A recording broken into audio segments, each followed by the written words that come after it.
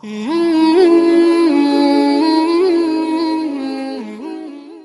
জানতে পারলাম, এ মাহফিল আসার সময় জানতে পেরেছি, চট্টগ্রাম বিশ্ববিদ্যালয়ের কাছে থেকে শ্রোতৃমণ্ডলী মাহফিলের শ্রোতারা বাসে যখন আসতেছিল, সেখানকার কিছু সংখ্যক ছেলেরা ইট পাটকেল মেরেছে বাসের উপরে, বহুত লোক সেখানে আহত তারা করেছে। নাউজুবিল্লাহি মিন যালিক। কি শিক্ষা দেওয়া হচ্ছে সেখানে? কিন্তু মাদ্রাসায় তো হচ্ছে না। কেন হয় না? তার কারণ হচ্ছে মাদ্রাসাগুলিতে কোরআনে কারীম পড়ানো হয়, রাসূলুল্লাহর হাদিস পড়ানো হয়, সেখানে জানানো হয়, এই কথাগুলি পড়ানো হয়। যদি কেউ কাউকে হত্যা করে, জাহান্নাম ছাড়া কোনো জায়গা থাকবে না, চিরকাল জাহান্নামে থাকতে হবে, এই ভয়তে ওরা হত্যার ভিতরে যায় না। এই জীবন জীবন নয়, পরকাল আছে, কিয়ামতের দিন আল্লাহর দরবারে দাঁড়ায়া জীবনের সবকিছুর হিসাব দিতে হবে।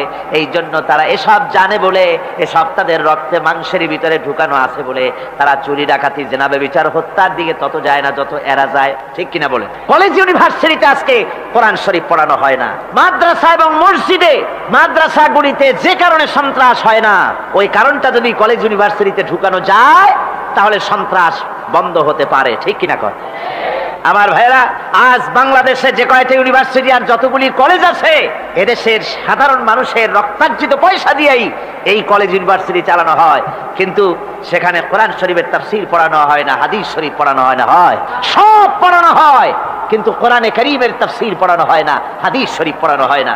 যদি ওই কলেজ ইউনিভার্সিটির ছাত্রগুলিকে কোরআন শরীফ পড়ানো হতো, কোরআনের তাফসীর পড়ানো হতো, কলেজ ইউনিভার্সিটিতে হাদিস শরীফ যদি পড়ানো হতো, ইসলামের অর্থনীতি সমাজনীতি যদি পড়ানো হতো, তাহলে কলেজ আর ইউনিভার্সিটি গোটা জাতিকে মাস্তান আর গুন্ডা উপহার দিত না, খালিদ বিন ওলীদের মতো মুজাহিদ উপহার দিত। জোরে বলেন সুবহানাল্লাহ। আজকে গোটা জাতির চিন্তা চেতনা ধারণার বহির্ভূত সেখান থেকে সন্তান আমরা পাচ্ছি।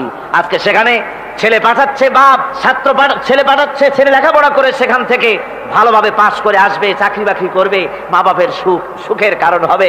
কিন্তু দেখা যায় কিছুদিন পর সেখান থেকে চলে আসে সন্তান লাশ হয়ে বাপের ঘরে ফিরে এলো। কি শিক্ষা হচ্ছে? এই শিক্ষা ব্যবস্থার আমূল পরিবর্তন হওয়া দরকার। আপনারা অবাক হবেন, শিক্ষা ব্যবস্থার পরিবর্তন হওয়া দূরের কথা, কোরআন হাদিস কলেজ ইউনিভার্সিটিতে পড়ানো তো দূরের কথা, নামাজের জন্য কোনো তাগিদ নাই। কোন কলেজে কোন ইউনিভার্সিটিতে এরকমের তাগিদ আছে যে যারা মুসলমান ছাত্র, জোহরের আযান হয়ে যাবে, সব ছাত্র শিক্ষককে বাই হুক এন্ড ক্রুক মসজিদে যেতে হবে, 5 ওয়াক্ত নামাজ বা জামাত আদায় করতে হবে, এমন হুকুম আছে? আছে। এরপরেও ছেলেরা যে যতটুকু ভালো আছে, ও তো বাস ভাঙছে ইউনিভার্সিটির সামনে পাইয়া, ওরা লাঠি ঝাঙ্গা নিয়ে যে দূর আসে না, এই তো কপাল। কথা বুঝতে পেরেছেন? ওদের তো কিছু শিখানো হয় না, কিচ্ছু, অর্থাৎ চরিত্র সৃষ্টি তাদের করানো হয় না।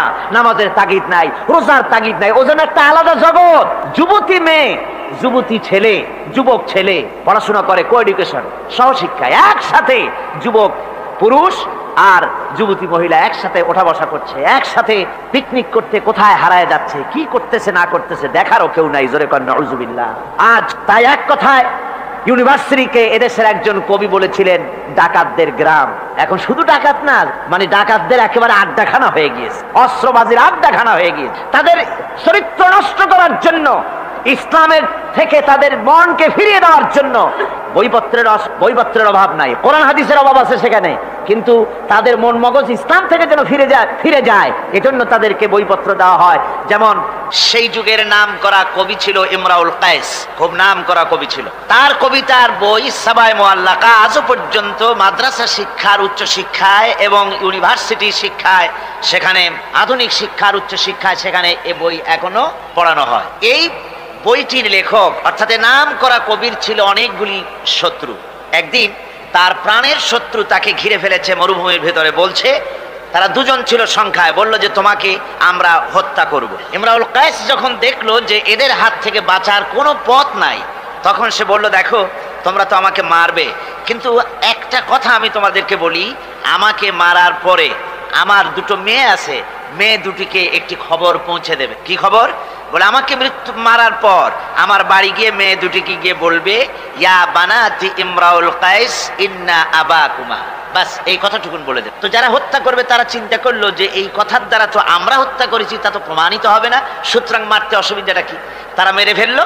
মারার পরে মরুভূমির ভিতরে তাকে গেড়ে দিয়ে এরপরে এই দুইজন লোক ওয়াদা পালন করার জন্য ইমরাউল কায়েসের বাড়ি গেছে। বাড়ি গিয়ে বলছে মেয়ে দুটোকে ডেকে যে, হে মেয়েরা, তোমাদের পিতার সঙ্গে মরুভূমিতে আমাদের দেখা হলো, তারপরে তোমার পিতা আমাকে তোমাদেরকে একটা কথা বলতে বলেছেন, সেটা হলো এই, ইয়া বানাতি ইমরাউল কাইস ইন্না আবাকুমা। শোনা মাত্রই মেয়ে দুটি চিৎকার করে কেঁদে উঠেছে।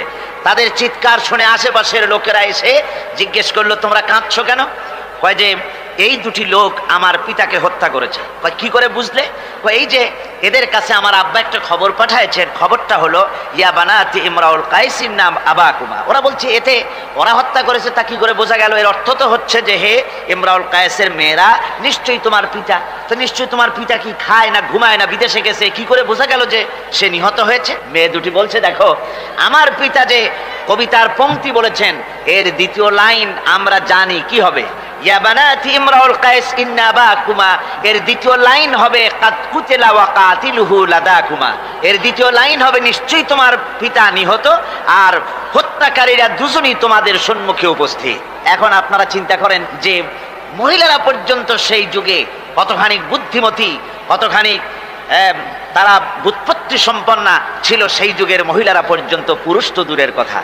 তো জ্ঞান বুদ্ধি সবই ছিল, সব থাকা সত্ত্বেও এই যে তারা চুরি করত, ডাকাতি করত, জিনা করত, ব্যভিচার করত একটি জিনিসের অভাবে। কয়টি জিনিসের অভাবে? সেই জিনিসটা হচ্ছে ওদের কাছে ওহির জ্ঞান ছিল না। ওহির জ্ঞান না থাকার কারণে ওদের এই চরম দুরবস্থা হয়েছিল। আর রাসূল পাক সাল্লাল্লাহু আলাইহি ওয়াসাল্লাম ওহির জ্ঞান দিয়ে ওই জাতিকে গোটা পৃথিবীর মধ্যে শ্রেষ্ঠ জাতিতে পরিণত করে দিয়েছিলেন। আজকে আমাদের দেশের শিক্ষা ব্যবস্থায় ওই ওহির জ্ঞান নাই, যার ফলে আমাদের দেশে ছেলেরা শিক্ষিত হয় কিন্তু সেই যুগের লোকেদের মতো হতে পারছে না। কলেজ এবং ইউনিভার্সিটি ওই ধরনের লোক তৈরি করতে পারছে না। আমার বন্ধুগণ, সে যুগের থেকে আমরা উন্নতি অনেক করেছি। উন্নতি বিশেষ বিশেষ ক্ষেত্রে এই করেছি, সে যুগের লোকেরা তারা যারা চোর ছিল, চুরি করত, তারা লেখাপড়া জানতো না। আজকে যারা চুরি করে তারা তো কমসে কম ম্যাট্রিক পাস। সে যুগে যারা ডাকাতি করত তারা লেখাপড়া জানতো না। আজকের যারা ডাকাত তারা কমসে কম বিএ পাস। আগের যুগে সেই যুগে যারা নাকি মানুষ হত্যা করত তারা লেখাপড়া জানতো না। আর আজকে যারা মানুষ হত্যা করে তারা রীতিমতো শিক্ষা গ্রহণ করে কোথায় কেমনে আঘাত দিলে তাড়াতাড়ি মরে এটা জেনে শুনে ট্রেনিং নিয়ে তারপরে মানুষকে হত্যা করে। অগ্রগতি উন্নতি এতটুকু হয়েছে, কিন্তু মৌলিক মানবীয় গুণাবলী সৃষ্টি করার জন্য কোরআনের অবদানের কোনো বিকল্প নাই। জোরে কোন সুবহানাল্লাহ। আমি গত 4 দিন আপনাদের সামনে কোন সূরা আলোচনা করেছি? সূরা ফুরকান। আমি সূরাটিকে শেষ করতে পারবো না, মানে মাঝখান থেকে আলোচনা করতে পারবো না, যেহেতু সময় নেই, আজকেই তো শেষ হয়ে যাবে। সেই জন্য আমি বেছে নিয়েছি সূরা ফুরকানের শেষ রুকুটি আপনাদের সামনে আজকে আলোচনা করব, যেখানে আল্লাহ রাব্বুল আলামিনের খাঁটি বান্দা তৈরি করার পরিকল্পনা আল্লাহ দিয়েছেন। খাঁটি বান্দা হওয়ার জন্য আল্লাহ পাক একটা ফর্মুলা বলেছেন, সেই ফর্মুলাটা আজকে আমরা এখানে আলোচনা করব। এই ফর্মুলা দিয়েই জনাবে মুহাম্মদ রাসূলুল্লাহ সাল্লাল্লাহু আলাইহি ওয়াসাল্লাম একটি সুন্দর সমাজ সৃষ্টি করেছিলেন। একটি আর্থসামাজিক সুন্দর সমাজ বিনির্মাণে যে ধরনের লোক তৈরি করা দরকার ছিল, এই কোরআনে কারীমের মাধ্যমেই রাসূল পাক সে ধরনের লোক তৈরি করেছিলেন। আসুন শয়তানের ওয়াসওয়াসা থেকে পানাহ চেয়ে নিয়ে আমরা কথা শুরু করি। আউযু বিল্লাহি মিনাশ শাইতানির রাজীম। বিসমিল্লাহির রাহমানির রাহিম। মুফিজুর রহমান সাহেব আমাকে খবর দিলেন, ওনার কাছে খবর এসেছে যে মানুষ ভিড়ে এবং চাপে শ্বাসরুদ্ধ হয়ে মরে যাওয়ার উপক্রম হয়ে যাচ্ছে বিভিন্ন জায়গায়। তা আমি আপনাদেরকে অনুরোধ করব, যিনি যেখানে আছেন সামনের দিকে বাড়ার কোনো চেষ্টা করবেন না। রাস্তায় থাকেন, ড্রেনের পাশে থাকেন, গাছের উপরে থাকেন, ছাদের উপরে থাকেন, যেখানে থাকেন সেখানে বসে পড়েন। রাস্তা তো ট্রাফিক বন্ধ করে দেওয়া হয়েছে, গাড়ি ঘোড়া এসব রাস্তায়, এ মাহফিলের চারদিকের সমস্ত রাস্তার গাড়ি ঘোড়া বন্ধ করে দেওয়া হয়েছে। ফলে আপনারা রাস্তার উপরে বসে পড়েন, দাঁড়িয়ে থাকবেন না। দাঁড়াতে গেলেই মানুষের চাপে হেলাদোলা করবেন, পড়ে যাবেন, হাত পা ভেঙে যাওয়ার প্রাণান্তকার দশা হওয়ার সম্ভাবনা হবে। সুতরাং আমি সকলকে অনুরোধ করছি, মেহেরবানি করে কোরআনের সম্মানে, এ মাহফিলের সম্মানে আপনারা যার যার জায়গায় বসে পড়েন। কেউ দাঁড়িয়ে থাকবেন না, আর মোটেই চাপাচাপি করবেন না, কেউ কথা বলবেন না, আর দাঁড়াবেনও না। শয়তানের ওয়াসওয়াসা থেকে পানাহ চেয়ে পরম করুণাময় আল্লাহ রাব্বুল আলামিনের নামে শুরু করছি।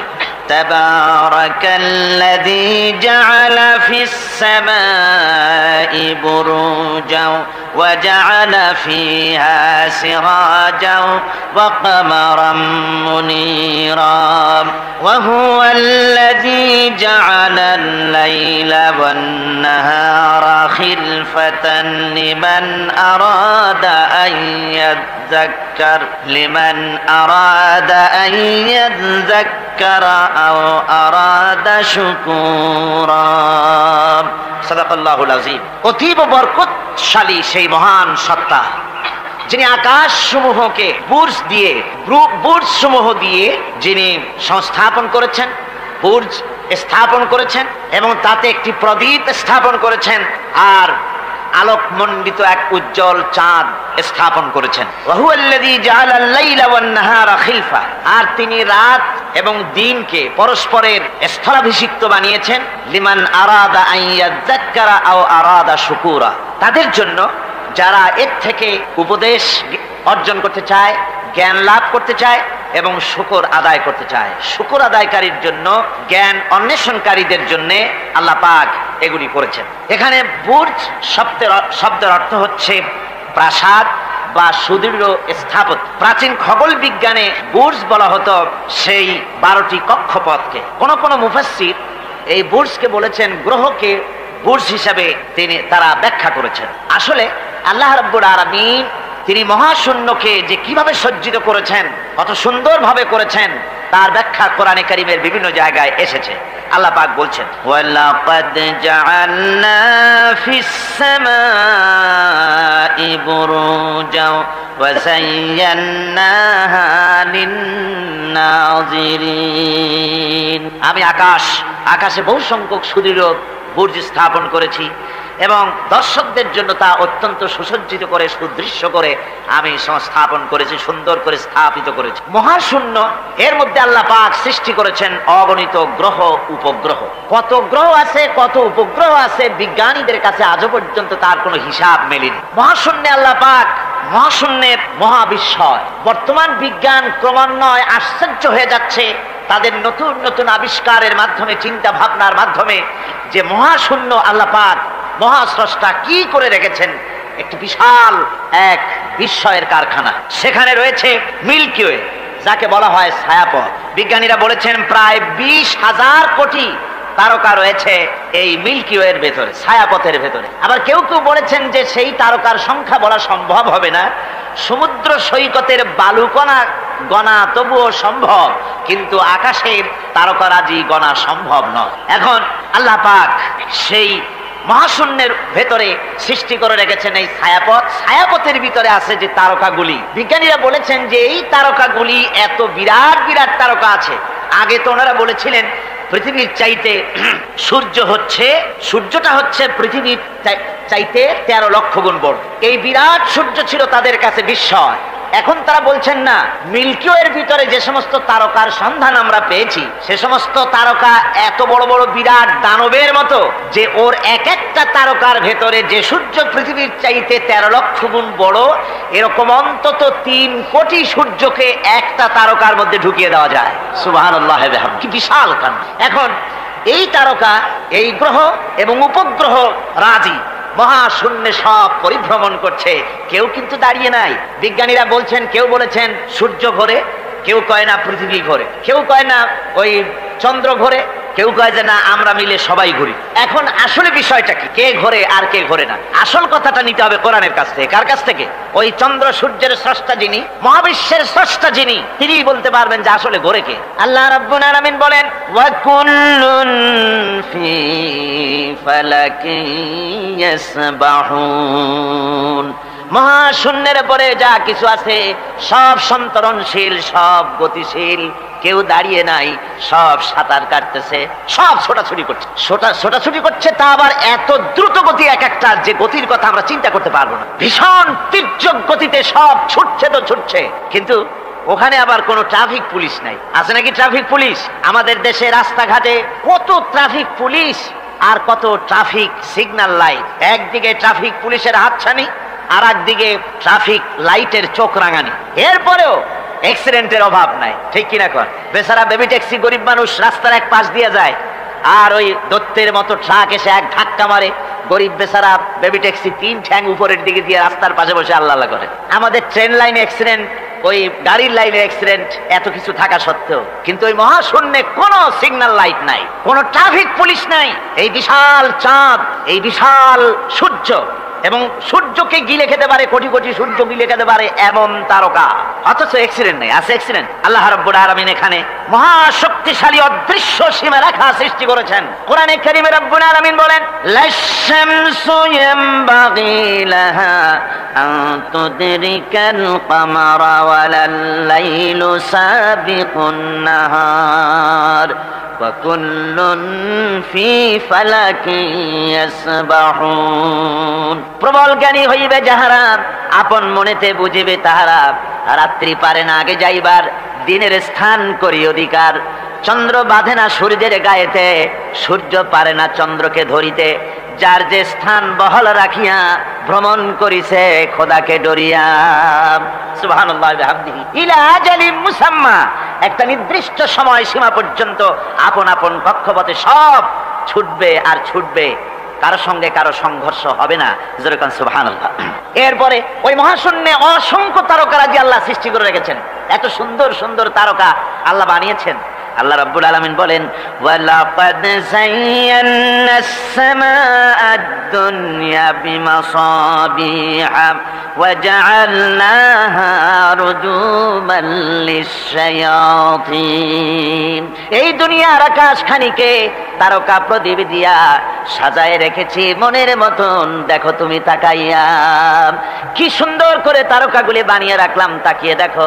বিজ্ঞানীরা বলেছেন এমন এমন অনেক তারকা আছে যা আমরা চোখে দেখি না, খালি চোখে ধরা পড়ে না। ওই তারকা এত ঊর্ধ্বে, ওই তারকা যেদিন তৈরি করা হয়েছে সেদিন থেকে নিয়ে আজ পর্যন্ত ওই তারকাগুলির আলো পৃথিবীর মাটি স্পর্শ করে নাই। সুবহানাল্লাহ।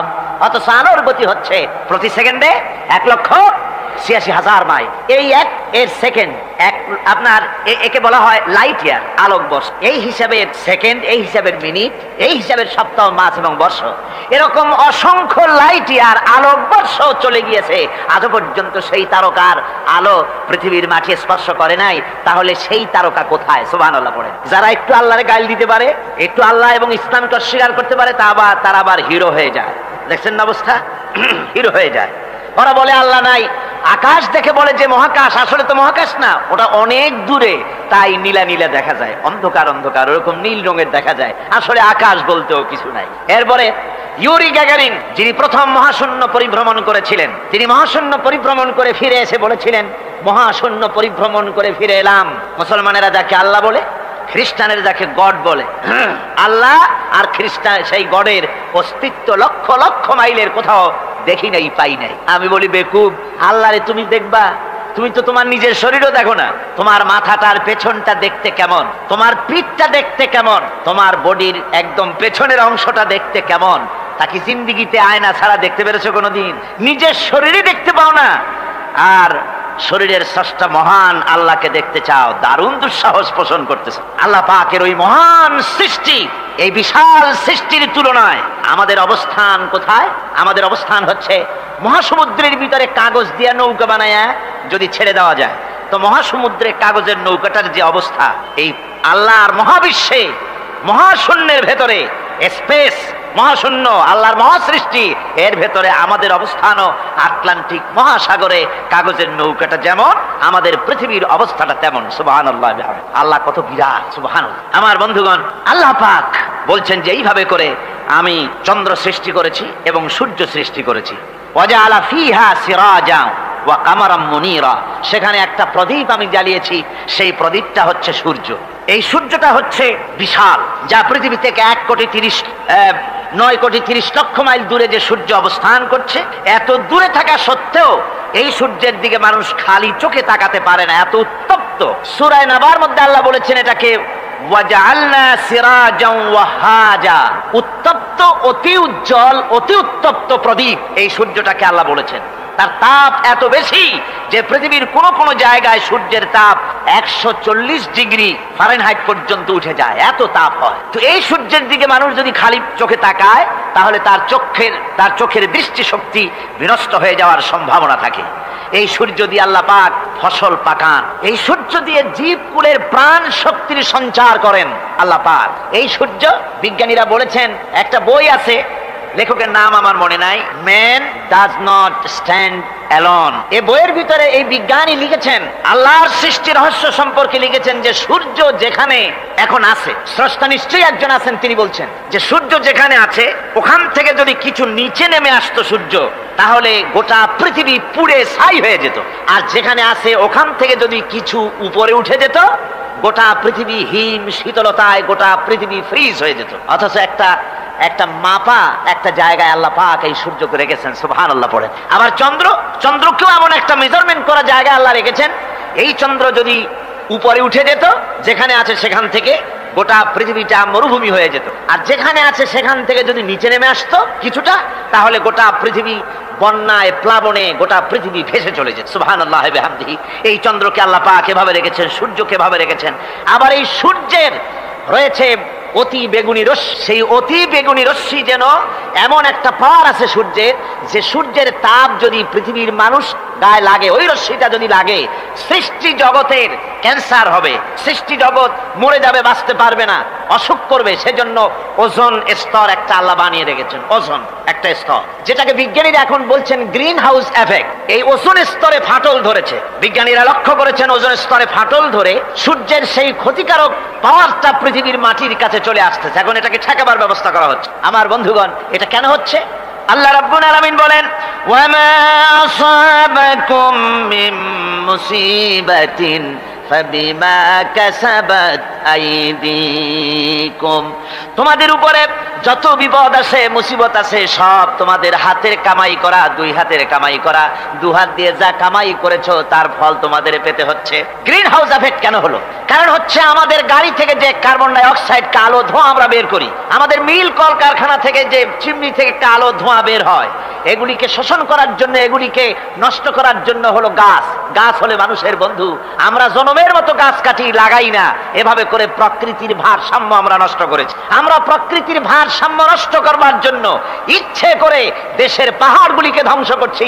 অথচ আল্লাহ পাক বলেছেন, এই পাহাড় পৃথিবীর ভারসাম্য রক্ষার জন্য, প্রকৃতির ভারসাম্যকে রক্ষা করার জন্য আমি পাহাড় সৃষ্টি করেছি। জোরে বলেন সুবহানাল্লাহ। মানুষ এভাবে নিজের সর্বনাশ নিজেই করতেছে। আল্লাহ পাক বলছেন, এভাবে করে আমি সব কিছুকে একটা সুন্দর পদ্ধতি দিয়ে সৃষ্টি করেছি। আর ওই যে আলোকমণ্ডিত চাঁদ, ওই চাঁদ সম্পর্কে প্রশ্ন তুলেছে কাফেরেরা, যে চাঁদটা কি? ওয়ায়াসআলুনাকা আনিল আহিল্লাম কুল হিয়া মাওয়াকিতু লিন্নাস। আল্লাহ রাব্বুল আলামিন বলেন, নবী আপনাকে প্রশ্ন করা হয় চাঁদের ক্রমবর্ধমান এবং ক্রমহ্রাস সম্পর্কে, যেটা কি আপনি তাদেরকে বলে দেন। আমি এই চাঁদকে একটা প্রাকৃতিক ক্যালেন্ডার বানায়া, চিরস্থায়ী ক্যালেন্ডার বানিয়ে তাম পৃথিবীর মানুষের জন্য আকাশে ঝুলায় রেখেছি, মহাশূন্যে টানায় রেখেছি, যেন প্রতিদিন রাত্রি বেলায়, দিনের বেলায়, রাতের বেলায় তারা দিন রাত মাস বছর গণনা করতে পারে। এই জন্য বিনা পয়সার একটা ক্যালেন্ডার আমি ঝুলায় রাখছি। জোরে বলেন সুবহানাল্লাহ। এমনি করে চাঁদ এবং সূর্যকে আমি সৃষ্টি করে দিই। আল্লাহ পাক বলেন, وهو الذي جعل الليل والنهار خلفة لمن أراد أن يذكر أو أراد شكورا। আর আমি দিন এবং রাতকে একে পরস্পরের স্থলাভিষিক্ত বানিয়েছি, যারা শুকর আদায় করবে আর যারা এর দ্বারা জ্ঞান অর্জন করবে তাদের জন্য। অর্থাৎ তারা এগুলি দেখে মনে করবে যে এগুলি খালি খালি না। এই যে রাত আসতেছে, দিন আসতেছে, দিন এবং রাত্রের এই যে পরিবর্তনটা, এর মধ্যে রয়েছে নিদর্শন। সূরা আলে ইমরানের মধ্যে আল্লাহ পাক বলেন, ইন্না ফি খালকিস সামাওয়াতি ওয়াল আরদি ওয়াখতিলাফিল লাইলি ওয়ান নাহার লাআয়াতিন লিউলিল আলবাব। যারা নিশ্চয়ই আমার এই সৃষ্টি রহস্য সম্পর্কে, দিন এবং রাতের পরিবর্তনের ব্যাপারে যারা চিন্তা করে, গবেষণা করে, তাদের জন্য আমি অনেক কিছু চিন্তার বিষয়ের মধ্যে রেখে দিয়েছি। তারা এসব আমার সৃষ্টি নৈপুণ্যতা দেখে তারপরে তারা হতবাক বিস্ময় বিমুখ হয়ে তারা বলে, এগুলি দেখে আর বলে, আল্লাযীনা ইয়াযকুরুনাল্লাহা কিয়ামান ওয়া কুউদান ওয়া আলা জুনুবিহিম ওয়া ইয়াতাফাক্কারুনা ফি খালকিস সামাওয়াতি ওয়াল আরদ। তারা বসা অবস্থায়, দাঁড়ানো অবস্থায় আমার প্রশংসা করে আর বলে, রব্বানা মা খালাকতা হাযা বাতিলান সুবহানাকা ফাকিনা আযাবান নার।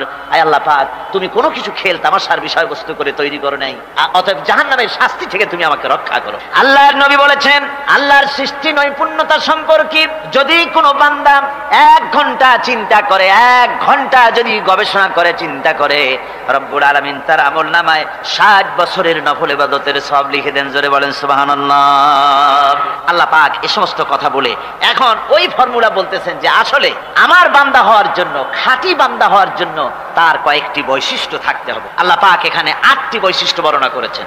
আল্লাহর খাঁটি বান্দা হওয়ার জন্য বৈশিষ্ট্য কয়টা লাগবে? 8টি। বেহেশত কয়টা? বেহেশত কয়টি? আল্লাহ পাক বৈশিষ্ট্য বানিয়েছেন 8টি। এখানে 8টি বৈশিষ্ট্যের কথা বলা হয়েছে। মহান আল্লাহ রাব্বুল আলামিন বলেন, ওয়াইবাদুর রাহমানিল্লাযীনা ইয়ামশুনা আলাল আরদি হাওনান ওয়া ইযা খাতাবাহুমুল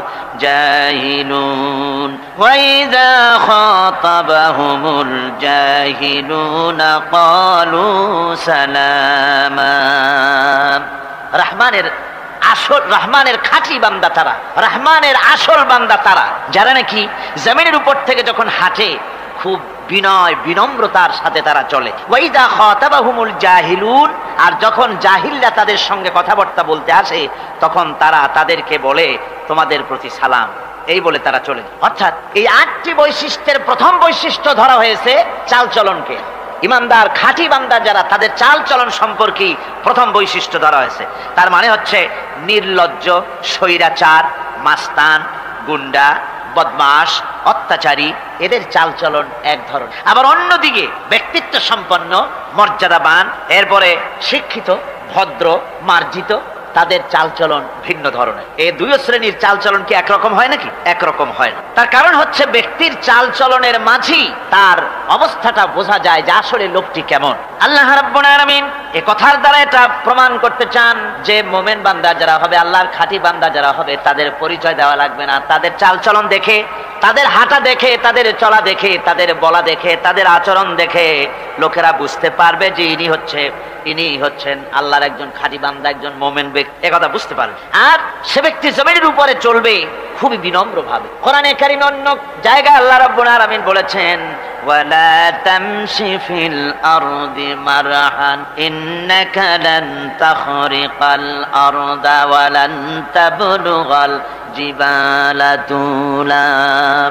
আমার জমিনের উপরে অহংকারের পদবরে হেঁটো না, আমার জমিনের উপরে অহংকার করে জমিনের উপরে হেঁটো না।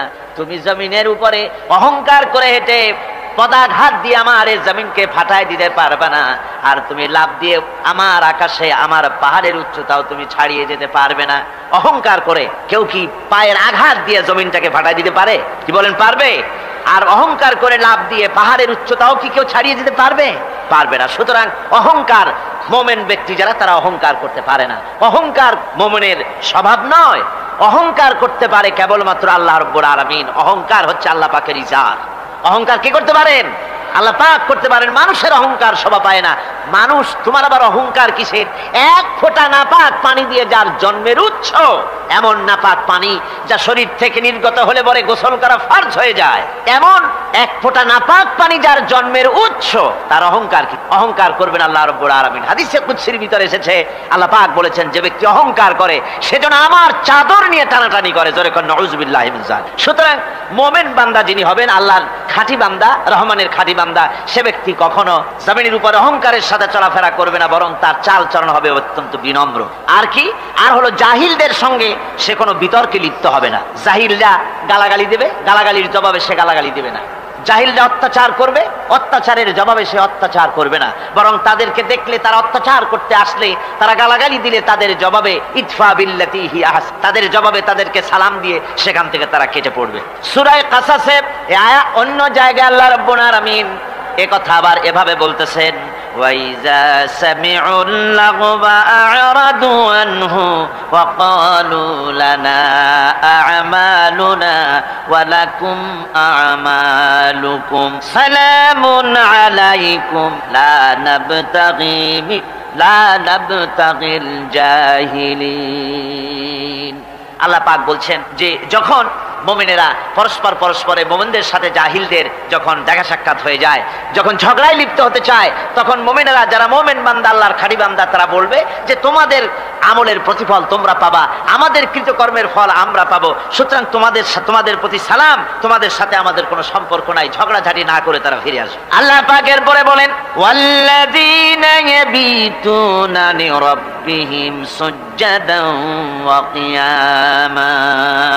রহমানের খাঁটি বান্দা তারাই আরেকটি বৈশিষ্ট্য, তাদের এই 2 নম্বরের বৈশিষ্ট্য এবার বলা হচ্ছে। রহমানের আল্লাহর খাঁটি বান্দার 2 নম্বরের বৈশিষ্ট্য সেটা হচ্ছে এই যে তারা রাত কাটায় তার রবের হুজুরে আল্লাহর দরবারে সেজদা দিয়ে দাঁড়িয়ে থেকে কান্দাকাটি করে তারা রাত গুজরান করে। জোরে বলেন সুবহানাল্লাহ। আর এর বিপরীত যারা তারা রাত কাটায়, রাতের বেলা মদ, জুয়া, সিনেমা, গান বাজনা, অশ্লীলতা, নাটক, হাবিজাবি গল্প গুজব করে তারা তাদের রাত কাটায়। আর যারা মুমিন বান্দা, আল্লাহর বান্দা, যারা খাঁটি বান্দা, তারা এই রাত তারা আল্লাহর ইবাদতের ভিতর থেকে কান্দাকাটির মধ্য দিয়ে দাঁড়িয়ে দাঁড়িয়ে অথবা সেজদার ভিতরে তারা তাদের রাত কাটিয়ে দেয়। কোরআনে কারীমে আল্লাহ রাব্বুল আলামিন একথা এভাবে বলেছেন, তাতাজাফা জুনুবুহুম আনিল মাদাজি'i ইয়াদউনা রাব্বাহুম খাওফান ওয়া তামআন।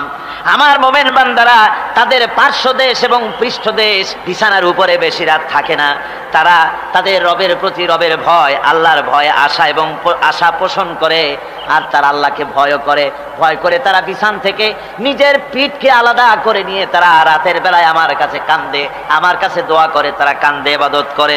সূরা যারিয়াতের ভিতরে রব্বুল আলামিন বলতেছেন, কানু কালিলাম মিনাল লাইলি মা ইয়াহজাউনা ওয়া বিল আসহারি হুম ইস্তাগফিরুন। আমার এই মুমিন বান্দাগুলি, আমার খাঁটি বান্দা যারা, তারা সারা রাত ঘুমায় না, রাতের একটা অংশ মাত্র তারা ঘুমায়, সারা রাত ঘুমায় না, একটা অংশ তারা ঘুমায়, আর বাকি অংশটুকুন শেষ রাত্রে তারা ওঠে আর আমার দরবারে তারা কান্দে, মাপ চায় আর কাঁদতে থাকে, চোখের পানি ফেলতে থাকে। আল্লাহ রাব্বুল আলামিন শেষ রাত্রে প্রথম আকাশে আসেন। হাদিস শরীফে এসেছে, প্রথম আকাশে আল্লাহ রাব্বুল আলামিন এসে দুনিয়ার মানুষকে ডাকেন, কে আছো? গুনাহ করে জীবন বোঝাই করে ফেলেছো, নাফরমানি করেছো, গুনাহ করেছো, অথবা বিপদে পড়েছো, ঋণগ্রস্ত হয়ে পড়েছো, অসুবিধায় পড়েছো, মামলা মকদ্দমায় পড়েছো, আমার কাছে মাপ চাও, আমার কাছে সাহায্য চাও। এই সময় যে সমস্ত বান্দারা আরামের ঘুমকে হারাম করে আল্লাহর দরবারে কাঁদতে থাকে, তাহাজ্জুদের নামাজ আদায় করে যখন হাত তুলে কাঁদে, আল্লাহ পাক তখন এই দৃশ্য দেখে ফেরেশতাদের বলেন, ও আমার ফেরেশতারা, আমার ওই বান্দাগুলি কাঁদে কেন? সমস্ত মানুষ যখন ঘুমানো, এই বান্দাগুলি কাঁদে কেন বলো? ফেরেশতারা বলে, আল্লাহ তুমি তো ভালো করে জানো। ফেরেশতারা বলে, আল্লাহ পাক বলবেন, তবুও তোমাদের মুখ থেকে শুনতে চাই।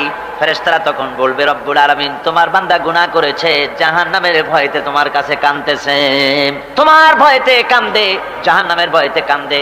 আল্লাহ জিজ্ঞেস করেন, ফেরেশতারা, ওরা যে আমার ভয়তে কাঁদে, ওরা কি আমারে দেখছে নাকি? ফেরেশতারা বলেন, না খোদা তোমারে দেখে নাই। আল্লাহ পাক বলেন, ওরা আমার যে জাহান্নামের ভয়তে কাঁদে, ওই জাহান্নাম তারা দেখেছে নাকি? ফেরেশতারা বলে, না আল্লাহ, তোমার জাহান্নাম ওরা দেখে নাই, তোমার বেহেশত কিছুই দেখে নাই। আল্লাহ পাক বলেন, ও আমার ফেরেশতারা, এই বান্দাগুলি আমার দোজখ দেখে নাই, আমাকে দেখে নাই, হাসর মিজান সিরাত কিছুই দেখে নাই, শুধু কোরআনের কথা শুনে, আমার নবীর কথা শুনে, আমার কোরআনের কথা শুনে বিশ্বাস করে আরামের ঘুমকে হারাম করে কিভাবে কাঁদতেছে তাকায় দেখ। আমার রহমতের দরিয়ায় জোশ মেরে গেছে, তোরা সাক্ষী থেকে যা, আমার ওই ক্রন্দনরত বান্দাগুলিকে আমি আল্লাহ মাফ করে দিলাম। আমার ভাইয়েরা, আল্লাহ পাক বলেন আম্মান হুয়া কানিতুন আনা আল-লাইলি সাজিদাও ওয়া কাইমা। আল্লাহ রাব্বুল আলামিন বলেন সিজদার ভিতরে আর দাঁড়ানোর ভিতরে আমার এই বান্দাগুলি আখিরাতে আমার সঙ্গে দেখা করা লাগবে এই ভয়েতে, জাহান্নামের ভয়েতে তারা কান্দে, এভাবে কাঁদতে থাকে। আর আল্লাহ পাক ওই সময় তাদের গুনাহ মাফ করতে থাকেন। কোরআনে কারীমের ভিতরে আল্লাহ পাক বলেন সারা রাত ঘুমাতে আল্লাহ নিষেধ করেছেন, সারা রাত যেন ঘুমায়ো না, পাইকারি ধরে ঘুমায়ো না, একটু জাগো। ওয়াজকুর ইসমা রাব্বিকা বুকরাতাও ওয়া আসীলা। সকাল এবং সন্ধ্যায় তোমার প্রভুর তোমার রবের জিকির করো, স্মরণ করো। وَمِنَ اللَّيْلِ فَاسْجُدْ لَهُ وَسَبِّحْهُ لَيْلًا طَوِيلًا।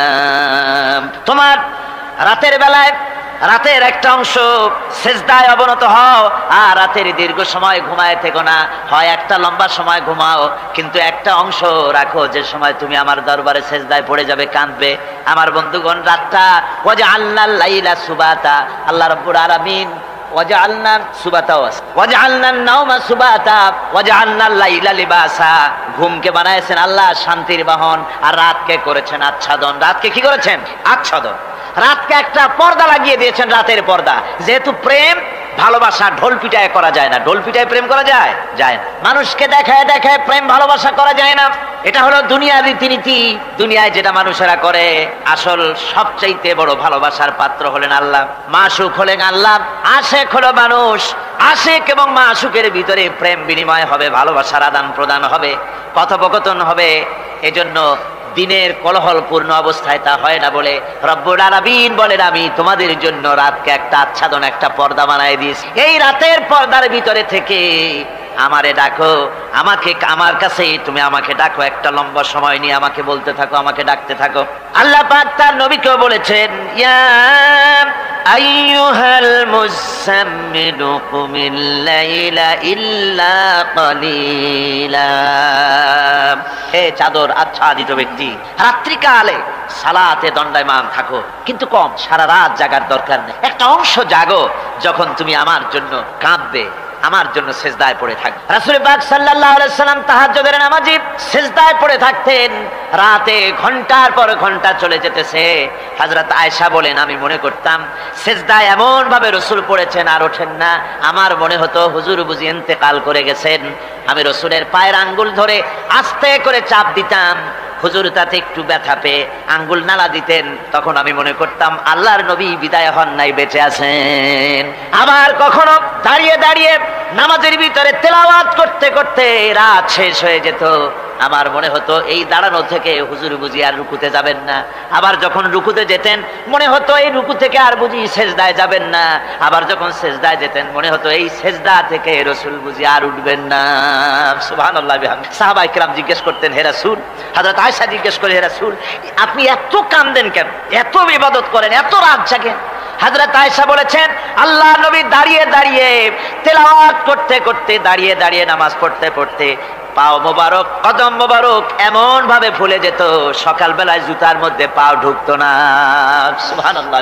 এইভাবে রাসূল পাক কষ্ট করতেন। জিজ্ঞাসা করো তো এত ইবাদত কেন করেন? আপনার তো আগের পিছের সমস্ত গুনাহ আল্লাহ মাফ করেছেন, কোনো গুনাহ আপনার নাই, তবু আল্লাহ বলে দিয়েছেন নবী আপনার আগের পিছের সব মাফ, তারপরেও এত কাঁদেন কেন? আল্লাহ নবী বলেছেন ও সাহাবীরাও আমার স্ত্রীরা শোনো, আমি কি আমার বান্দার, আমি আমার আল্লাহর শুকরগুজারকারী বান্দায় কি আমি পরিণত হব না? যে আল্লাহ আমাকে এত নিয়ামত দিয়েছেন, আমি কি সেই আল্লাহর শুকরগুজার হব না? রাসূলুল্লাহ ভাবে কাঁদতেন। সুতরাং প্রত্যেকটি মুসলমানকে রাতের বেলায় আল্লাহর দরবারে হাত তুলে কাঁদতে হবে, মোনাজাত করতে হবে রব্বুল আলামিন যে গুনাহ করেছি, আমি যত গুনাহ করেছি, আমাকে তুমি নেয়ামত যা দিয়েছো এই নেয়ামত তুমি না দিলেও পারতে, তুমি দয়া করে দিয়েছো। এভাবে যদি মানুষ কান্দে আল্লাহ এই অপরাধ করেছি, অপরাধের কথা যদি স্মরণ করে আর কাঁদতে থাকে, আল্লাহ রব্বুল আলামিনের রহমত তার উপরে তখন পড়তে থাকে। আর এই তাহাজ্জুদ গভীর রাতের কান্দাকাটি, এই জন্য আল্লাহ পাক বলেন এর আসল ব্যাপারটা হলো ইন্না নাশিআতাল লাইলি হিয়া আশাদ্দু ওয়াতআন ওয়া আকওয়ামু কিলা। আসল ব্যাপার হলো এই প্রকৃতপক্ষে রাতের বেলায় যে নামাজটা হয়, শয্যাতে ত্যাগ করে মানুষ যে নামাজ পড়তে দাঁড়ায়, এতে করে তার আত্মসংযমের ট্রেনিং হয়ে যায়, আল্লাহর সঙ্গে মহব্বত কায়েম হয়ে যায়। ইসলামী আন্দোলনের বিজয়ের জন্য কর্মীদের এটা সবচাইতে বড় ওষুধ। শুধু হরতালের প্রোগ্রাম দিয়া, শুধু মিছিলের প্রোগ্রাম দিয়া ইসলামী আন্দোলন বিজয় কোনো কালে হয় নাই, আর হবেও না। এর জন্য আন্দোলন যারা করে তাদেরকে গভীর রাত্রে উঠতে হয়, নফল রোজা রাখতে হয়, আর গভীর রাত্রে তেলাওয়াত করতে হয়, কানতে হয় আল্লাহর কাছে, তা না হলে আন্দোলনের বিজয় হওয়া সম্ভব নয়। আমার বন্ধুগণ, আমরা জেনেছি ইতিহাসে আছে লাল সালু একটা বই পড়ানো হয়, কলেজে পড়ানো হয়, আপনারা নাম শোনেন নাই? এই বইটা আমাকে একজন প্রফেসর এই চট্টগ্রামের আমাকে দেখতে দিলেন, আমি দেখলাম। তার মধ্যে তিনি ইসলামের ব্যাপারে এত বিদ্বেষ ছড়িয়েছেন, এক জায়গায় তিনি লিখতে গিয়ে লিখেছেন, আমি পড়লাম, নিজে পড়েছি, যে দেশে যত যত টুপি দেখা যায় জমিনে এত শস্য হয় না। এদেশে এই মোষ দাড়ি গোঁফ ওঠার আগেই কোরআন শরীফ হেফজ করা সারা, অথচ জমিনে শস্য নাই। জমিনের শস্য আর কোরআন শরীফ পড়ার সাথে তুলনা করে উপহাস করেছে রীতিমতো। একটা দুশ্চরিত্র খলনায়ককে দিয়ে সেখানে কোরআন হাদিসকে বিকৃত করার অপচেষ্টা চালানো হয়েছে। এরকম একটা নিকৃষ্ট বইকে তারা স্কুলে এবং কলেজে সেখানে পড়াশোনার ব্যবস্থা করে দিয়েছে। আর ইসলামের ব্যাপারে যদি কেউ গাইল দিতে পারে, তাহলে সে বইটাকে খুব সুনাম সুখ্যাতি করে বাজারে ছড়াবার চেষ্টা করা হয়, ঠিক কিনা কর? যে কবি, ওই আগেই বলেছি, যে কবি ইসলামের গাইল দিতে পারবে সে সবচাইতে বড় কবি। যে সাহিত্যিক ইসলামকে খোসা দিয়া, কোরআনকে খোসা দিয়া কথা লিখতে পারবে, সে হলো শ্রেষ্ঠ সাহিত্যিক, ঠিক কিনা কর? আর এই খ্রিস্টান জগৎ, ইহুদি জগৎ, তারা ইসলামকে আর মুসলমানদেরকে গালাগালি করার জন্য সব সময় মুসলমান নামের কুলাঙ্গারদেরকে বেছে নেয়। যেমন নবুয়াতের উপরে হামলা চালাতে হবে, সেজন্য এই পৃথিবীর নিকৃষ্ট কাফের গোলাম মোহাম্মদ কাদিয়ানির মতো একটা নিকৃষ্ট কাফেরকে তারা বেছে নিয়েছে, জোরে কর নাউজুবিল্লাহ। তার নাম একটা মুসলমানই না। আবার আমাদের দেশে আল্লাহকে, রসুলকে গালি দিতে হবে, দাউদ হায়দারের মতো একটা জাহান্নামের কীটকে তারা বেছে নিয়েছে মুসলমান নামে। আবার রাসূলকে গালি দিতে হবে, হযরত আয়েশা সিদ্দিকা রাদিয়াল্লাহু তাআলা আনহাকে গালি দিতে হবে, সেজন্য মুসলমান নামের কলঙ্ক সালমান রুশদি নামক এক শয়তানকে এই ইহুদিরা বেছে নিয়েছে, ঠিক কিনা কর? কিন্তু এখন সালমান রুশদি যাবা কোথায়? এখন সালমান রুশদির উপরে যিনি হুকুম হজ জারি করেছিলেন ইমাম খোমেনি বেঁচে নাই, কিন্তু তার হুকুম এখনো বেঁচে আছে। উনি অর্ডার করেছেন, যেখানে পাও সেখানে হত্যা করো, ফাকতুলু সালমান রুশদি হাইসু ওয়াজাদতুম, ওরে যেখানে পাও সেখানে হত্যা করো। এখন ওর দশা হয়েছে এই, চেহারা সার্জারি করে টরিয়া, তারপরে এখন লা ইয়ামুতু ফিহা ওয়ালা ইয়াহইয়া, সে বাঁচিয়াও নাই মরিয়াও নাই, এমন অবস্থা আছে। আমার ভাইরা, আমার মুসলমান মদও যদি খায়, জিনাও যদি করে, রাসূলকে যখন কেউ গালি দেয় তখন মনে করে আমি একটা অপরাধ করেছি, ঠিক, আমি মদ খাইছি, অন্যায় করেছি, আমি নামাজ পড়ি না, অন্যায় করেছি, কিন্তু আমার রাসূলকে গালি দিয়েছে, ওরে যদি পাই ওর কাঁচা কলিজা চাবায় খাবো, ঠিক কিনা কর?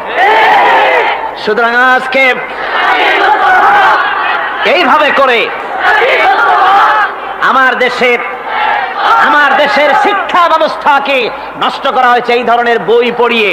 এবং এক শ্রেণীর শিক্ষক আছেন যারা কলেজ ইউনিভার্সিটিতে অপ্রাসঙ্গিক ভাবে ইসলামকে গালাগালি করে, আল্লাহকে গালি দেয়, ইসলামকে গালি দেয়, মুসলমানদেরকে গালি দেয়। বরদাস্ত করতে পারি না। বলি বন্ধুরা, ইসলাম যদি ভালোই না লাগে তাহলে নামটা মুসলমানি নাম রাখছেন কেন? ঘোষণাটা দিয়ে দেন, আমরাও জানাজা না পড়াবার হাত থেকে বাঁচে যাই, ঠিক কিনা? সুতরাং এরা ওই জায়গায় বসে আছে আমাদের সন্তানদের মস্তিষ্ককে বিকৃত করার জন্য। আল্লাহ রাব্বুল আলামিন বলেন এভাবে করে, ওয়াল্লাযীনা লা ইয়াদউনা মা'আল্লাহি ইলাহান আখারা ওয়া লা ইয়াকতুলুনান নাফসাল্লাতী হারামাল্লাহু ইল্লা বিল হক, তারা হত্যা থেকে বিরত থাকে, মানুষকে হত্যা করে না। ওয়া মান ওয়ালা ইয়াজনুন, আর তারা ব্যভিচার করে না, জিনা ব্যভিচার করে না। জিনা ব্যভিচার সম্পর্কে কোরআন শরীফ বলছে, ওয়ালা তাকরাবুজ জিনা ইন্নাহু কানা ফাহিশাতান ওয়া সাআ সাবিলা। জিনা করা তো দূরের কথা, আল্লাহ পাক বলছেন জিনার নিকটবর্তী হয় না। জিনার নিকটবর্তী মানুষ হয় কিভাবে? জিনার নিকটবর্তী হওয়ার জন্য কতগুলি উপকরণ এবং উপাদান আছে। তা হচ্ছে অশ্লীল নৃত্য গীত, তা হচ্ছে যৌন আবেদনমূলক পত্র পত্রিকা, তা হচ্ছে অশ্লীল ছায়াছবি, তা হচ্ছে নারী সৌন্দর্যের প্রদর্শনী। এই সব জিনিসগুলি মানুষকে জেনার দিকে আকৃষ্ট করে। এসব কি আমাদের সমাজে চালু আছে? আমাদের সমাজে আছে? তো জেনার উপকরণ কি কি বললাম? জিনার উপকরণ হচ্ছে সহশিক্ষা, জিনার উপকরণ হচ্ছে নারীর সৌন্দর্য প্রদর্শনী, জিনার উপকরণ হচ্ছে অশ্লীল পত্রপত্রিকা এবং অশ্লীল ছায়াছবি। এগুলি মানুষকে জেনার দিকে আকৃষ্ট করে, উদ্বুদ্ধ করে। এসব আমাদের সমাজে চালু আছে। ব্যাঙ্গের ছাতার মতো ভিডিও ক্লাব চালু হয়েছে শহরের কোনায় কোনায়, রাস্তার মোড়ে মোড়ে। আর এ দিয়ে ছবি এনে মানুষ দেখতে থাকে আর চরিত্র নষ্ট হতে থাকে। এরপরে রয়েছে সহশিক্ষার ব্যবস্থা, রয়েছে নারীদের বেপরদিগি সৌন্দর্যের প্রদর্শনী, আর রয়েছে যৌনাবেদনমূলক পত্রপত্রিকা। আর পত্রপত্রিকার কাজই হচ্ছে এখন যৌন সুশ্রুতি দেওয়া আর ইসলামকে গালি দেওয়া। বর্তমান সরকারের আমলে 1991 সনের জানুয়ারি থেকে শুরু করে, যখন সরকারের স্থিতিশীলতা ছিল না, জানুয়ারি ফেব্রুয়ারি মাস থেকে নিয়ে আজ পর্যন্ত বর্তমান সরকার প্রায় 138টি সাপ্তাহিক, পাক্ষিক, মাসিক, দৈনিক পত্রিকার ডিক্লারেশন দিয়েছেন। এতগুলি পত্রিকা, আর সমস্ত পত্রিকায় ওনারা ঘোষণা করেছেন যে আমরা সাংবাদিকতার সর্বোচ্চ স্বাধীনতা দিয়েছি। আর এই সর্বোচ্চ স্বাধীনতার সুযোগ নিয়ে প্রত্যেকটি পত্রিকা, অলমোস্ট প্রায় প্রত্যেকটি পত্রিকা ইসলামকে গালি দিচ্ছে। আর কিছু পত্রিকা সমাজে চালু হয়েছে, বাংলাদেশে চালু হয়েছে ভারতের রয়ের টাকায়। ভারতের রয়ের টাকা দিয়ে যে পত্রিকা, দৈনিক এবং সাপ্তাহিক পত্রিকা চালু হয়েছে, তার ভিতরে রয়েছে দৈনিক ভোর এবং আজকের কাগজ, সাপ্তাহিক পূর্বাভাস। ভারতের রয়ের টাকা দিয়া পরিচালিত এই কাগজগুলি গোটা বাংলাদেশের জাতি সত্তাকে দ্বিধা বিভক্ত করার জন্য সর্বাত্মক প্রচেষ্টা তারা চালাচ্ছে। এরা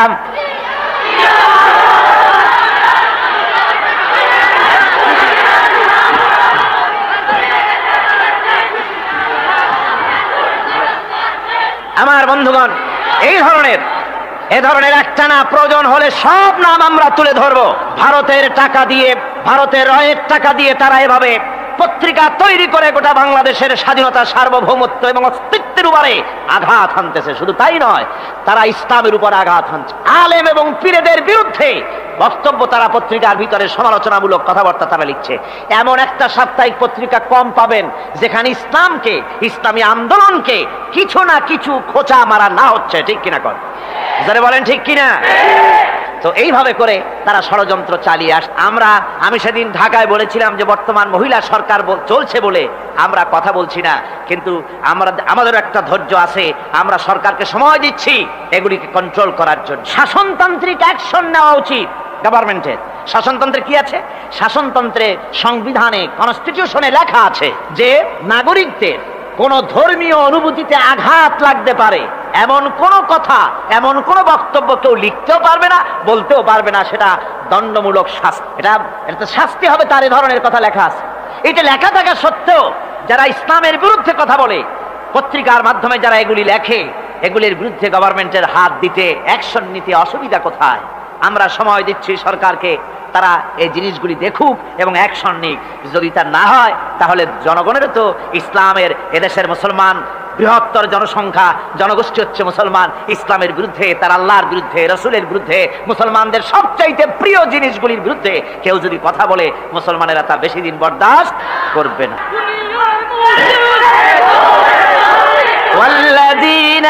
আল্লাহ পাকের বলে বলেন ইউদাআফ লাহুল আযাবু ইয়াওমাল কিয়ামাতি ওয়া ইয়াখলুদু ফীহি মুহানা।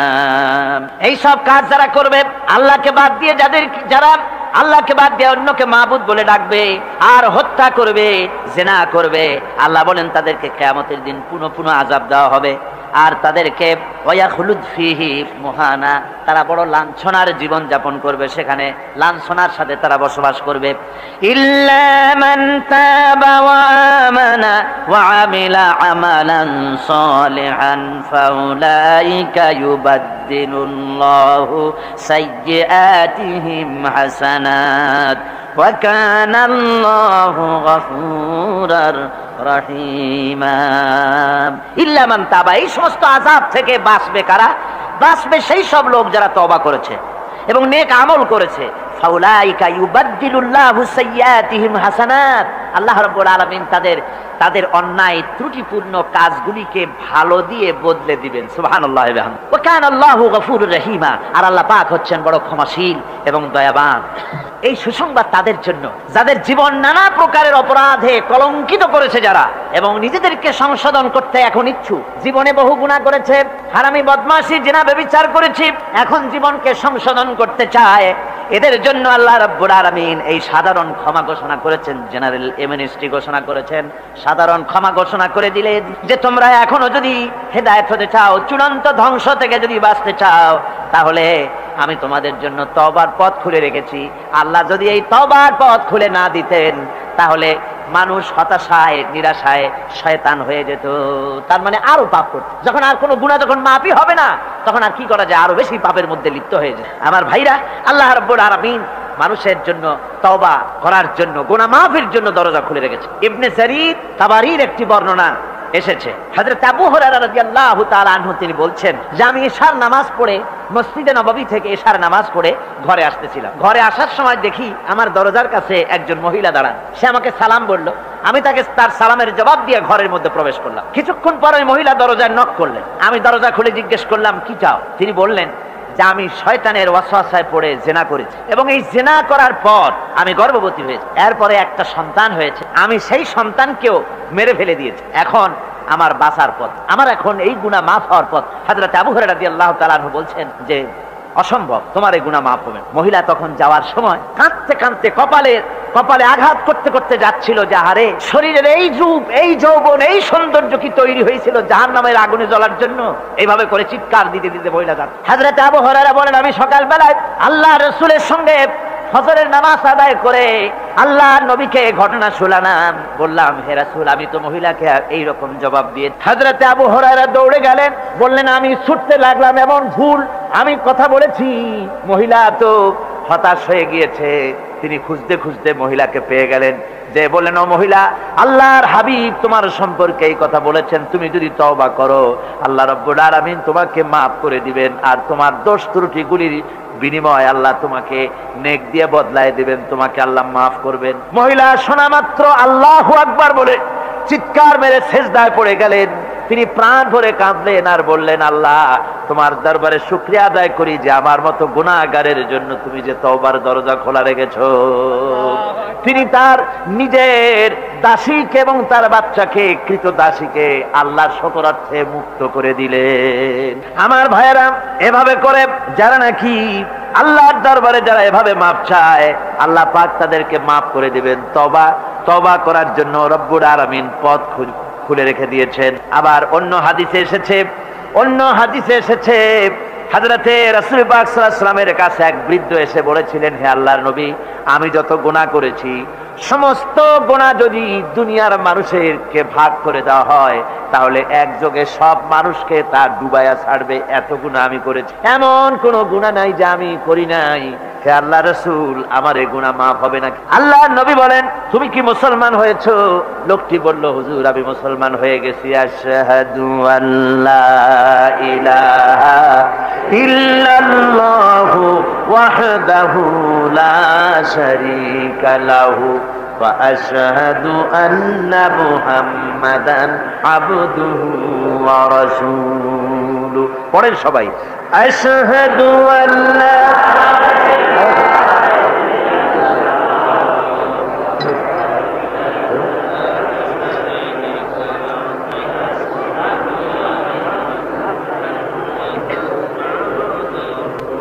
ওই লোকটি যখন কলেমা পড়লেন, বললেন, আমি মুসলমান হয়েছি। আল্লাহ নবী বলেন, শোনো আল্লাহর বান্দা, তুমি যখন কলেমা পড়েছো, তোমার পেছনের তামাম জিন্দেগির সমস্ত গুনাহ খাতা আল্লাহ রাব্বুল আলামিন মাফ করে দিয়েছেন। শুধু মাফ করেন নাই, আরো কি করেছেন? ওয়ায়ুবাদদিলুল্লাহু সাইয়্যাতিহিম হাসানাত। দোষ ত্রুটি তোমার যা আছে, যে ব্যক্তি তওবা করে আল্লাহর পথে চলে, নেক আমল করে, পেছনের জীবনের দোষ ত্রুটি যা করেছেন সবগুলির বদলে আল্লাহ রব্বুল আলামিন নেকি লিখে দিবেন। জোরে বলেন সুবহানাল্লাহ। তার মানে কি? তার মানে হচ্ছে জীবনে যত অপরাধ করেছিল, তওবা করে যখন ভালো কাজ করবে, আর পেছনের কথাগুলি যখন মনে করবে গভীর রাত্রে, আল্লাহ আমি এই ধরনের পাপ করেছিলাম, চুরি করেছি, ডাকাতি করেছি, জেনা করেছি, মদ খেয়েছি, মিথ্যা কথা বলেছি, এই সব কথা বলে যত অনুশোচনা করবে আর অনুতপ্ত হবে, চোখ দিয়া যত পানি পড়বে, নতুন নতুন করে তার আমল নামে আল্লাহ নেকি লিখতে থাকবেন। জোরে বলেন সুবহানাল্লাহ। রব্বুল আলামিন তার বান্দাকে এত ভালোবাসেন। একজন সাহাবী কতগুলি পাখির বাচ্চা নিয়ে রাসূলের কাছে হাজির হয়েছেন। আল্লাহ নবী বলেন, এই পাখির বাচ্চাগুলি আনলা কেন? সাহাবী বলেন, হুজুর এই পাখির বাসাটা ভেঙে গিয়েছিল, বাচ্চাগুলি যখন ধরলাম ওর মা আমার মাথার উপরে ঠোকরাতে লাগলো, সে নিজের জীবনের মায়াকে উপেক্ষা করে বাচ্চাগুলিকে হেফাজত করার জন্য আমার উপরে ঝাঁপিয়ে পড়লো। আমি নিয়ে এসেছি এখানে, এই দেখুন ঘরের মধ্যে ঢুকেছে, এখানে ওই পাখিটা এসেছে। আমি রাসূলকে দেখাতে এলাম প্রাণী জগতে মায়ের সন্তানের প্রতি কত মায়া, সেটা দেখাতে এলাম। আল্লাহর নবী বলেন, ও সাহাবী, প্রাণী জগতে সন্তানের প্রতি মায়ের কতটুকু মহব্বত তুমি তাই আমাকে দেখাতে এসেছো। শোনো, এই প্রাণী জগতে সন্তানের প্রতি মায়ের যত মহব্বত, তার চাইতে লক্ষ কোটি গুণে বেশি মহব্বত বান্দার প্রতি আল্লাহ রব্বুল আলামিনের। মহব্বতকে, করুণাকে, রহমতকে, ভালোবাসাকে 100 ভাগ করা হয়েছে। 100 ভাগ করে 99 ভাগ আল্লাহ নিজের কাছে রেখেছেন, আর একটা ভাগ তামাম পৃথিবীর প্রাণী জগতে আল্লাহ ছড়াই দিয়েছেন। একটা ভাগ দিয়েছেন সারা দুনিয়ায় প্রাণী জগৎ। সেই একটা ভাগে এই শত সহস্র কোটি প্রাণীর মধ্যে যেটুকুন আমরা পাইছি, এতটুকুন মহব্বতে সন্তানের জন্য কলিজায়, সন্তানের কোনো অকল্যাণ হলে কলিজায় পানি থাকে না, সন্তানের কোনো অসুবিধা হলে বা মা বাপের কষ্ট হলে বা কারো কোনো কষ্ট হলে আমরা এই ধরনের আমাদের অবস্থা সৃষ্টি হয়ে যায়। এক ভাগ তামাম পৃথিবীর সমস্ত প্রাণী জগতে ছড়ায় দেওয়ার পর আমাদের অবস্থা যদি এই হয়, তাহলে 99 ভাগ রহমত যার কাছে, বান্দার প্রতি তার মহব্বত কতখানি। আমার বন্ধুগণ, রাসূল পাক সাল্লাল্লাহু আলাইহি ওয়াসাল্লাম বলেছেন, ও সাহাবীরা, একজন লোক উটের পৃষ্ঠে যাচ্ছিল কোথাও, উটের পৃষ্ঠে তার খাবার আছে, পানিও আছে, যেতে যেতে মরুদ্যানের মধ্যে সে বিশ্রাম করলো। ঘুমের থেকে জেগে দেখে উট নাই, খাবার নাই, পানিও নাই। বড় লোকটা কেমন পেরেশান হয়। সাহাবীরা বলেন, হুজুর, উট হচ্ছে মরুভূমির জাহাজ, উট হারায় গেছে, টাকা পয়সা যা ছিল, খাদ্য খাবার ছিল, সব চলে গেছে, এর থেকে পেরেশানি তো আর কিছুই হয় না। হুজুর বলেন, লোকটা খানিকক্ষণ চিন্তা ভাবনা করতে করতে কিছুক্ষণ পর দেখলো উট ফিরে এসেছে, সমস্ত টাকা তার ওই খাদ্য আর পানিও নিয়ে হাজির হয়ে গেছে। বলো কেমন খুশি হয়? হুজুর, হযরত সাহাবীরা বলেন, হুজুর, এর থেকে খুশি আর কি হতে পারে? লোকটার দিল তো ভরে যাবে। আল্লাহর নবী বলেন, ও সাহাবীরা, কোন বান্দা যদি আল্লাহর থেকে নাফরমান হয়ে যায়, নামাজ ছেড়ে দেয়, জিনা ব্যভিচার বদমাশি নাফরমানিতে যদি যখন লিপ্ত হয়ে যায়, উঠারা ব্যক্তি উট পাওয়ার জন্য যেমন পেরেশানি বোধ করে, আল্লাহ রাব্বুল আলামিন তার ওই নাফরমান বান্দার জন্য, আল্লাহ রাব্বুল আলামিন ফিরে আসার জন্য আল্লাহ রাব্বুল আলামিন চান। বান্দা যখন, নাফরমান বান্দা নিজের গুনাহ বুঝতে পেরে যখন সেজদায় পড়ে গিয়া কান্দে, রব্বুল আলামিন আমার গুনাহ মাফ করে দাও, এইভাবে যখন কাঁদতে থাকে, রব্বুল আলামিন, আল্লাহর হাবিব বলেন, উঠারা ব্যক্তি উঠ পেলে পড়ে, ওই ব্যক্তি যত খুশি হন। কোন নাফরমান বান্দা যখন সেজদায় পড়ে যায়, আল্লাহ রাব্বুল আলামিন এর চাইতে লক্ষ কোটি গুণে বেশি খুশি হয়ে যান। আল্লাহ পাক হচ্ছেন রহমান রহিম, গাফুরুর রহিম। পৃথিবীতে এমন কে আছে আপনি আমাকে বলেন? এমন কে আছে অপরাধ করবে না আর সে বলবে আয় তোরে মাফ করে দেই? বলেন, এরকম আছে নাকি? কেউ বলেন আছে? এমনকি বাপ মা, ছেলে অন্যায় করেছে, বাপ মার দিল চায় ছেলেটা যদি মাপ চাইতো, বড্ড ভালো হতো, ওর সাথে প্রাণ ভরে কথা বলতাম, বুকের সাথে জড়িয়ে নিতাম। কিন্তু মুখ খুলে বলে না যে অপরাধ করেছিস, মাপ চাইয়া যা, এরকম বলে। মাও বলে না, বাপেও বলে না। কিন্তু একমাত্র মহান সত্য রব্বুল আলামিন, বান্দা যখন গুনাহ করে, আল্লাহ ডাকে, বান্দারে গুনাহ করেছিস ফিরে আয়, আমি তোরে মাফ করে দেব। গুনাহ করেছিস ফিরে আয়, জিনা করেছিস ফিরে আয়, মদ খেয়েছিস ফিরে আয়, মানুষ হত্যা করেছিস ফিরে আয়, কুফরি করেছিস ফিরে আয়, আগুন পূজা করেছিস ফিরে আয়, মাটি পূজা করেছিস, সূর্য পূজা করেছিস, যা করেছিস না কেন ফিরে আয়, আমাকে ডাক দে, আমি তোর জিন্দেগির গুনাহ আমি আল্লাহ মাফ করে দেব। এই জন্য আল্লাহ রাব্বুল আলামিনকে যখন কোন বান্দা একবার ডাকে, দিল থেকে, কলিজা থেকে একটা ডাক যদি দেয়, আল্লাহ 1000 ডাকের তুলনায় একটা ডাক আল্লাহ কলিজা থেকে ডাক। এই ডাকটা কোথা থেকে? কলিজা থেকে। দিল সে जो बात निकलती है असर रखती है पर नहीं मगर ताकते परवाज रखती है। অন্তর থেকে যে কথা বেরোয় তা প্রভাব বিস্তার করে। কলিজা থেকে যদি কেউ ডাক দেয় আল্লাহ, কলিজার একটা ডাক আলাদা না? বলেন আলাদা কিনা? কলিজা থেকে ডাক, বলেন না সবাই আল্লাহ। কলিজা থেকে একটা ডাক যদি কেউ ভাবে আল্লাহকে ডাক দেয় আল্লাহ, আল্লাহ রাব্বুল আলামিন বান্দা যখন একবার ডাক দেয়, আল্লাহ তখন 70 বার লাব্বাইক বলেন, 70 বার সাড়া দিয়া বলে, বান্দা কি চাও, আমি তোর কাছে হাজির। কি চাস বল, আমার আমি মাফ করে দেব। সুতরাং আল্লাহ রাব্বুল আলামিন বলছেন, আমার কাছে ক্ষমা চাও, মাফ চাও, আমার কাছে মাফ চাও, যত মাফ চাইবে আমি মাফ করে দেব। পৃথিবীতে এমন কেউ নাই যার কাছে বেশি চাইলে তিনি খুশি হবেন। আল্লাহ রাব্বুল আলামিন এমন এক সত্তা যার কাছে যত বেশি চাওয়া যাবে তিনি তত বেশি খুশি হবেন। হর হামেশা দেনে কো वो तैयार है जो न मांगे उससे वो बेजार है। যত বেশি চাওয়া যায় আল্লাহর কাছে আল্লাহ তত খুশি হন, আর যে ব্যক্তি চায় না আল্লাহর কাছে আল্লাহ তার উপরে বেজার হয়ে যান। ওয়ামান তাবা ওয়া আমিলা সালিহান ফাইন্নাহু ইয়াতুবু ইলাল্লাহি মাতাবা। আর যারা তওবা করে, নেক আমল করে, তার আল্লাহর দিকে ফিরে আসে, যেমনটি তার আশা উচিত তেমন ভাবে সে আল্লাহর কাছে ফিরে আসে, তার মানে হলো তওবা মাফ, তওবা কবুল করার জন্য, গুনাহ মাফ করার জন্য পৃথিবীতে কেউ নাই। আছে কেউ? গুনাহ কি কেউ মাফ করতে পারে? দুনিয়ায় কেউ পারে? আকাশে কেউ পারে? আল্লাহ ছাড়া কেউ গুনাহ মাফ করতে পারে? যদি মানুষ তওবা করে, রব্বুল আলামিন বলেন সে এমন ভাবে তওবা করে আল্লাহর কাছে ফিরে এসেছে যেখানেই তার আসা উচিত, এই জায়গা ছাড়া আর তার কোনো যাওয়ার জায়গা নাই। সুতরাং সে জায়গা মতো এসেছে, অনুতপ্ত এবং অনুশোচনা করেছে। আল্লাহ পাক এ ধরনের অনুতপ্তকারী, অনুশোচনাকারীকে রব্বুল আলামিন ক্ষমা করে দিয়ে থাকেন। ওয়াল্লাযীনা লা ইয়াশহাদুনা আয-যুর ওয়া ইযা মাররু বিল-লাগবি মাররু কিরামা। আর যারা মিথ্যার সাক্ষ্য হয় না, রহমানের বান্দা তারা যারা মিথ্যার সাক্ষ্য হয় না, এটা হচ্ছে ষষ্ঠ বৈশিষ্ট্য।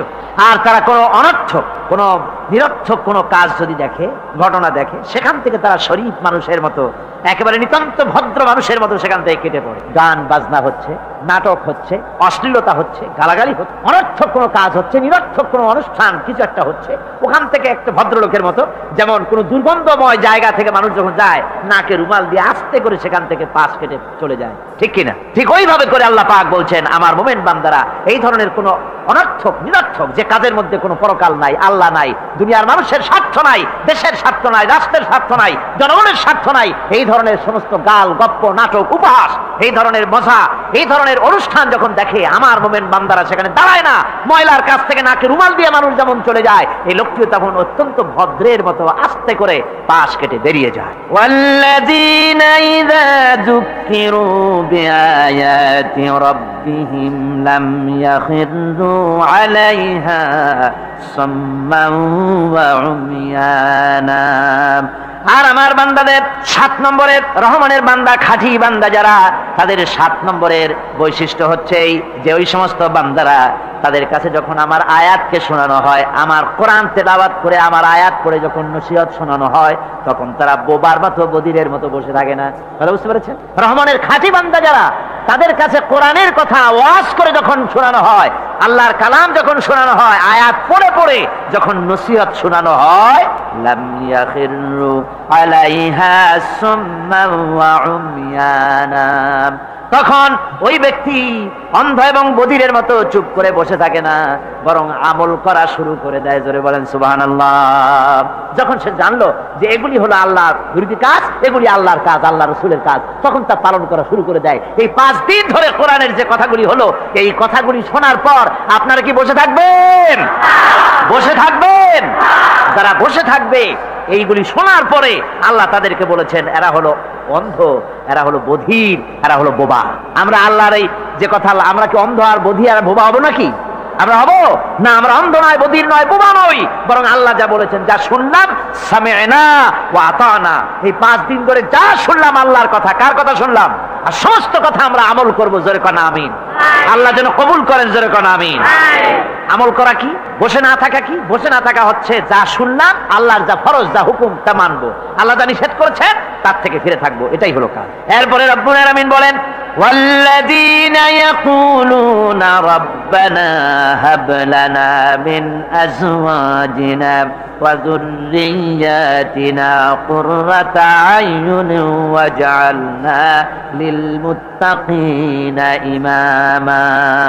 রহমানের বান্দা অষ্টম নম্বর এবং শেষ নাম্বার হচ্ছে এটা বৈশিষ্ট্য এই যে তারা রহমানের যারা খাঁটি বান্দা, আল্লাহর যারা খাঁটি বান্দা, তারা রব্বুল আলামিনের কাছে মুনাজাত করে, আমার রব, আয় আমার আল্লাহ, হাবলানা মিন আজওয়াজিনা ওয়া যুররিয়াতিনা, আমাদের এবং আমাদের স্ত্রীদের আর আমাদের সন্তানদেরকে তুমি দয়া করে আমাদের চক্ষুর শীতলতা বানায় দাও। জোরে বলেন আমিন। ওয়াজআলনা লিল মুত্তাকিনা ইমামা, আর আমার এই সন্তানদেরকে তুমি মুত্তাকিদের ইমাম বানায় দাও। শুধু মুত্তাকি বানায়ও না, মুত্তাকিদের নেতা বানায় দাও। জোরে কোন সুবহানাল্লাহ।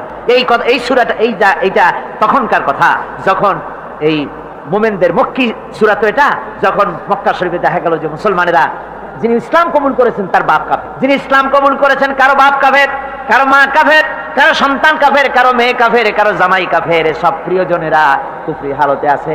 আর এগুলি দেখে তাদের চক্ষুর মধ্যে কাঁটা বিঁধতেছিল, চক্ষু জর্জরিত হয়ে যাচ্ছিল। নিজের সন্তানের চেহারা যত ভালো হোক, সন্তান যতই শিক্ষা দীক্ষা থেকে যতই উন্নত আর ভালো হোক না কেন, সে যদি জাহান্নামের দিকে অগ্রসর হতে থাকে, কোন নেককার ইমানদার পিতার মনে তার সান্ত্বনার কারণ হতে পারে না। সে তখন আল্লাহর দরবারে, আল্লাহ পাক বলেন ওই মুমিন বান্দারা আমার কাছে দোয়া করে যে রব্বুল আলামিন আমার সন্তানদেরকে, আমার স্ত্রীদেরকে আমার চোখের শীতলতা বানাও, তাদের আমল আখলা কেমন বানাও, যাতে আমাদের চক্ষু ঠান্ডা হয়ে যায়। জোরে বলেন আমিন, জোরে বলেন আমিন। সন্তানদের জন্য আল্লাহর কাছে দোয়া করতে হবে। আপনারা দেখেন, চোখের সামনে দেখতে পাচ্ছেন সন্তান সিনেমায় যাচ্ছে, সন্তান নামাজ পড়ে না, সন্তান রোজা রাখে না, সন্তান মানুষের তৈরি করা মতাদর্শের পেছনে স্লোগান দিচ্ছে, দৌড়াচ্ছে, আর আপনি পিতা হয়ে তাকে ঠেকাচ্ছেন না। ওই ছেলে তো জাহান্নামে যাচ্ছে, আপনার দরদ হওয়া উচিত, ওই ছেলেকে ফিরানো দরকার আর আল্লাহর কাছে দোয়া করা দরকার। আমার বন্ধুগণ, দোয়া আল্লাহ নিজেই শিখাই দিচ্ছেন, দোয়া করো। পড়েন আমার সাথে, রব্বানা হাব লানা মিন আজওয়াজিনা ওয়া যুররিয়াতিনা কুররাতা আয়ুন ওয়াজআলনা লিল মুত্তাকিনা ইমামা।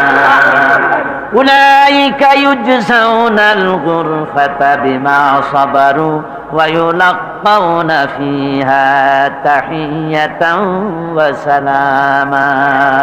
আল্লাহ পাক বলেন এই সব লোকদের জন্য তারা যে সবর করেছিল, সেই সবরের কারণে আমি তাদের উত্তম জাযা দান করব। আর তাদের জন্য ফেরেশতারা চতুর্দিক থেকে ফেরেশতারা তাদের জন্য সম্বোধন করবে, তাদেরকে সম্বর্ধনা দিবে, ফেরেশতারা তাদের সম্বর্ধনা দিবে। ওয়াল মালাইকাতু ইয়াদখুলুনা আলাইহিম মিন কুল্লি বাবিন সালামুন আলাইকুম বিমা সাবারতুম ফানি'মা উকবাদ-দার। চতুর্দিক থেকে ফেরেশতারা আসতে থাকবে আর তারা সালাম দিতে থাকবে, তাদেরকে সম্বর্ধনা দেবে বেহেশতীদেরকে, আর বলবে তোমাদের জন্য এই পরকালের এই ঘরটাই, জায়গাটা কতই না উত্তম করে আল্লাহ তৈরি করে রেখেছেন। বলেন সুবহানাল্লাহ। সালামুন আলাইকুম। আল্লাহ বলছেন উলাইকা ইউজসাউনাল গুরফাতা বিমা সাবারু, তোমরা যে সবর এখতিয়ার করেছিলে সেজন্য আজকে তোমাদের জন্য আমি এই বিরাট নিয়ামত তোমাদের জন্য রেখেছি। সুপ্রিয় বন্ধুগণ, এতক্ষণ ধৈর্য সহকারে শোনার জন্য আপনাদেরকে জানাই আন্তরিক শুভেচ্ছা। আমরা শুনলাম আল্লামা দিলওয়ার হোসেন সাইদুর রহমাতুল্লাহ সাহেবের মেসেজা একটি ওয়াজ, যা আমাদের মনকে কাঁদিয়ে দিল, চিন্তার দোয়া খুলে দিল। এই বয়ান থেকে আমরা যা শিখলাম তা শুধু শুনে থেমে যাওয়ার জন্য নয়, বরং তা নিয়ে জীবনে বাস্তবায়ন করাই আমাদের মূল উদ্দেশ্য হওয়া উচিত। আসুন আমরা আল্লাহর দিকে ফিরে যাই, পাপ থেকে তওবা করি এবং ইসলামের পথে দৃঢ়ভাবে চলার চেষ্টা করি। ভিডিওটি ভালো লাগলে অবশ্যই শেয়ার করুন, যাতে অন্যরা উপকৃত হতে পারে। কমেন্টে আপনাদের মতামত জানাতে ভুলবেন না। পরবর্তী ভিডিওতে আবার দেখা হবে ইনশাআল্লাহ। আসসালামু আলাইকুম ওয়া রাহমাতুল্লাহ।